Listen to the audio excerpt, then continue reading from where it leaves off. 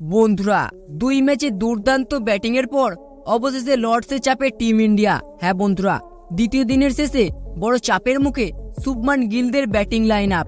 England ছুড়ে দিল 387 রানের পাহাড়, আর তার জবাবে ভারতের স্কোর মাত্র 145-এ 3 উইকেট। তাহলে কি এবার ঘুরে দাঁড়াবে ইংল্যান্ড, নাকি রাহুল পান্তের ব্যাটে হবে লর্ডসে ভারতীয় দলের দুর্দান্ত কামব্যাক? বন্ধুরা, ইংল্যান্ডের দেওয়া 387 রানের জবাবে ব্যাট করতে নেমে শুরু থেকেই চাপে পড়ে যায় ভারতীয় ব্যাটিং লাইন আপ।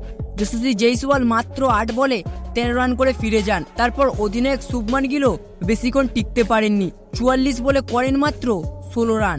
এই অবস্থায় কিছুটা লড়াইয়ের ইঙ্গিত দেন করুণ নায়ার, যিনি 62 বলে 40 রান করেন। তবে ভারতের ভরসা এখন কেএল রাহুল এবং ঋষভ পান্ত। রাহুল দুর্দান্ত ধৈর্যের পরিচয় দিয়েছেন, 113 বলে করেছেন 53 রান এবং অপরাজিত। ঋষভ পান্ত দ্রুত গতিতে ব্যাট করছেন, 33 বলে 19 রান করে অপরাজিত রয়েছেন।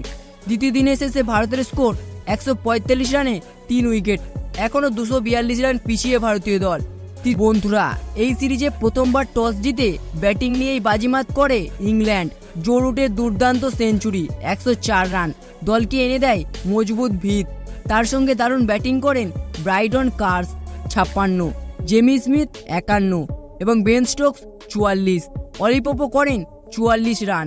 বন্ধুরা, ভারতীয় বোলারদের মধ্যে জসপ্রীত বুমরা দুর্দান্ত বোলিং করেন।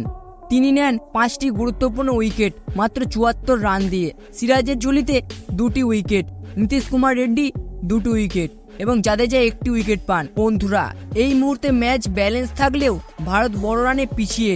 তৃতীয় দিনে রাহুল ও পান্তের ইনিংস হতে চলেছে নির্ধারক। বন্ধুরা, ইংল্যান্ডের বোলাররা যেভাবে বল সুইং করাচ্ছে সেটা ভারতের জন্য বড় চ্যালেঞ্জ।